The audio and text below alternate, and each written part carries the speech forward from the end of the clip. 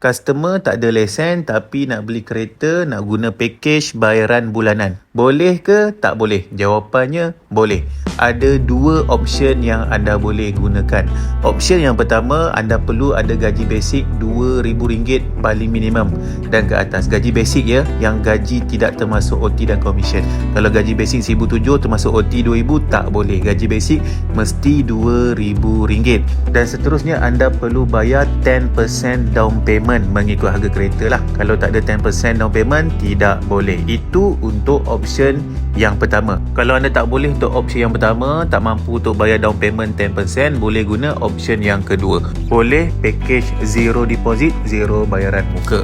Option yang kedua, anda perlu mempunyai guarantor lesen.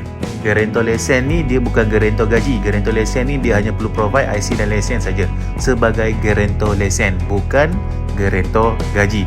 Untuk guarantor lesen ni ahli keluarga kandung sahaja boleh. Contoh mak atau ayah, adik-beradik kandung, pasangan suami atau isteri. Pasangan kekasih atau tunang tak boleh. Dan seterusnya, gaji basic mesti minimum RM2,000.